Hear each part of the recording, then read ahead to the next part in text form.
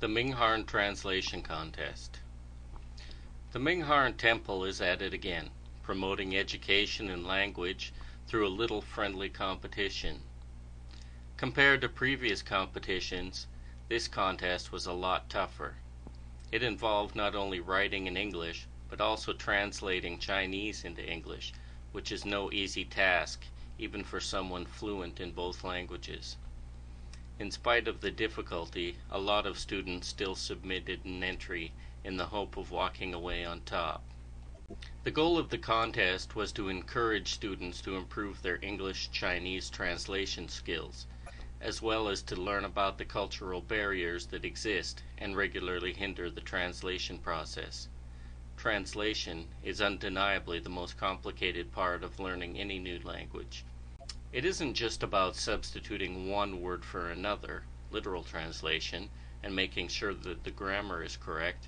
It's about trying to convey thoughts and ideas clearly that often do not cross cultural borders so easily. I guess if it were easy, the terms language barrier and lost in translation would never have been coined. To start off with, 10 questions were posted on Mingharn's website.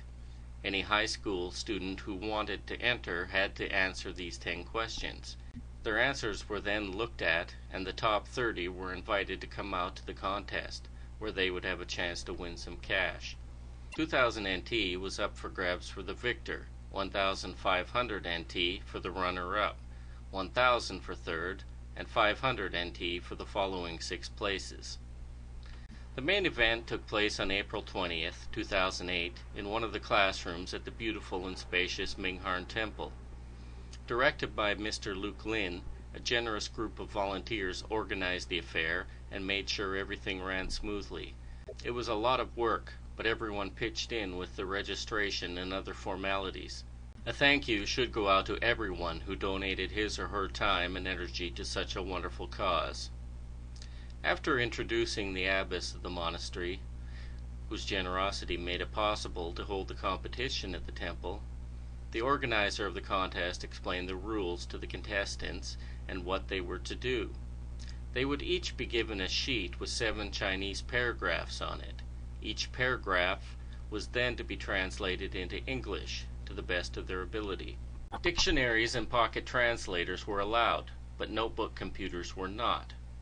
Once the 7 paragraphs were translated, the students then had to write a brief composition regarding their thoughts on the difficulties of translation. During the competition, you could have heard a pin drop.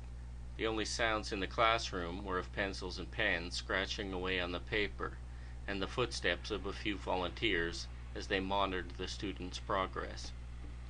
Competitors diligently went about the assignment. With only 1 hour to finish, they had no time for anything other than to focus on the task at hand. When Luke announced the allotted time was up, everyone reluctantly put down his or her writing instrument. Some of the students were relieved that it was finally over, but others clearly wished that they had more time to finish. Regardless, a volunteer then collected the papers. They would be judged at a later date, because each paper would have to be read over by a panel of judges, which would take a considerable amount of time. All in all, the event was a big success. The students enjoyed the challenge of the competition and got the chance to meet some new friends. The organizing committee did its part by exposing the students to the translation process, where they inevitably learned the difficulties inherent in expressing ideas in another language. A big thanks to everyone involved in making the event possible.